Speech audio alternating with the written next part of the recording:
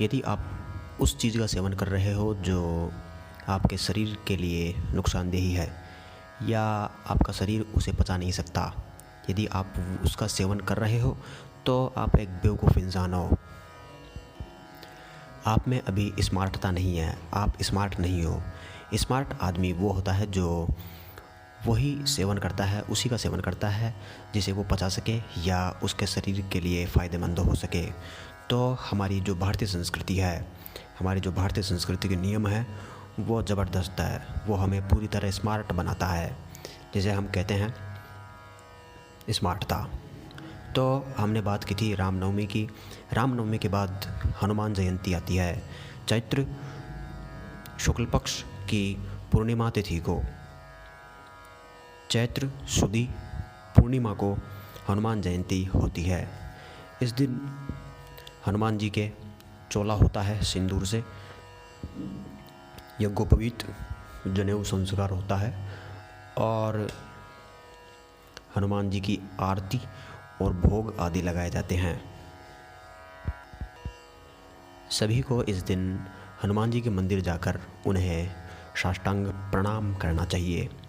साष्टांग प्रणाम करने से हमारी नाभि की नाड़ियाँ एक्टिव होती है और हमारे जो मन के अहंकार के जो दुर्जनता होती है, भीतर जो दुष्टता होती है वो ख़त्म होती है साष्टांग प्रणाम करने से।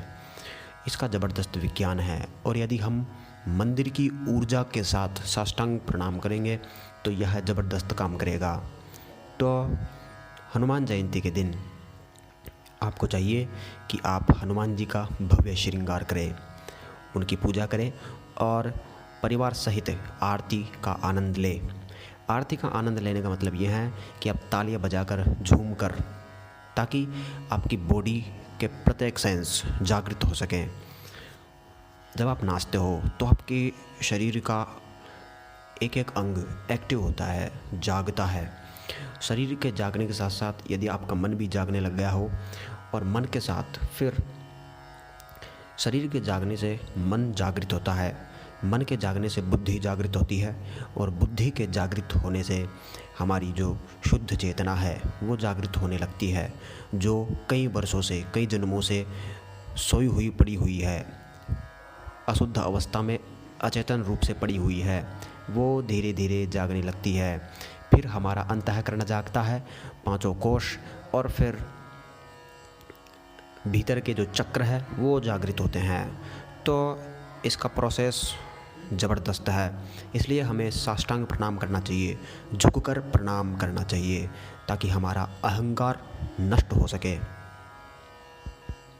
चैत्र शुदी पूर्णिमा, हाँ, चैत्र शुदी पूर्णिमा के दिन आप हनुमान जी का श्रृंगार करें, भव्य श्रृंगार करें और रामध्वनि करके, नाच कर, झूम कर, तालियां बजाकर आप स्वयं के मन के साथ प्रकृति को प्रसन्न कर सकते हैं और प्रकृति के साथ श्री हनुमान जी महाराज को भी आप प्रसन्न कर सकते हैं।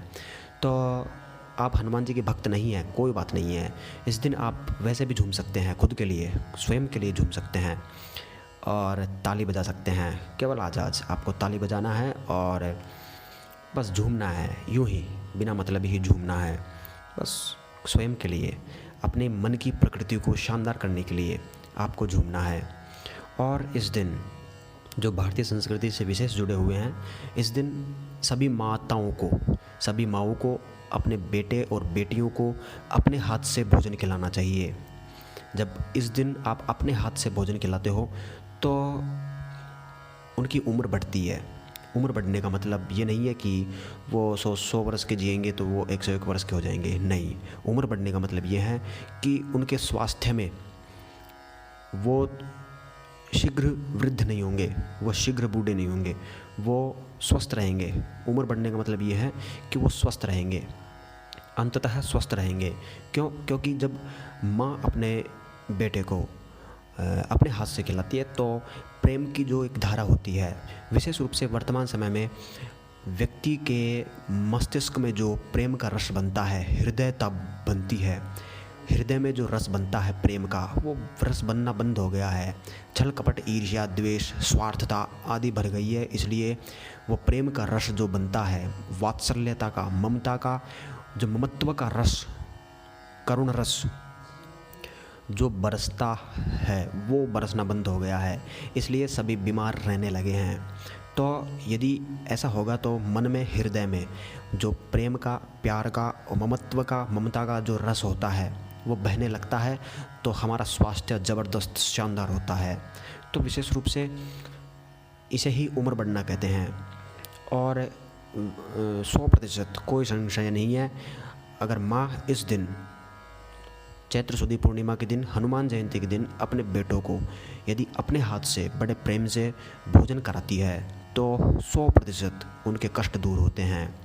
और गृहस्थी महिलाओं को चाहिए कि वो अपनी श्रद्धा के अनुसार एक घड़ा और सीधा होता है जिसमें एक थाली में आटा, जो भी एक समय के भोजन की सामग्री होती है, आटा, दाल, घी, नमक, मिर्ची और हल्दी वगैरह वगैरह, जो उसे सीधा कहते हैं।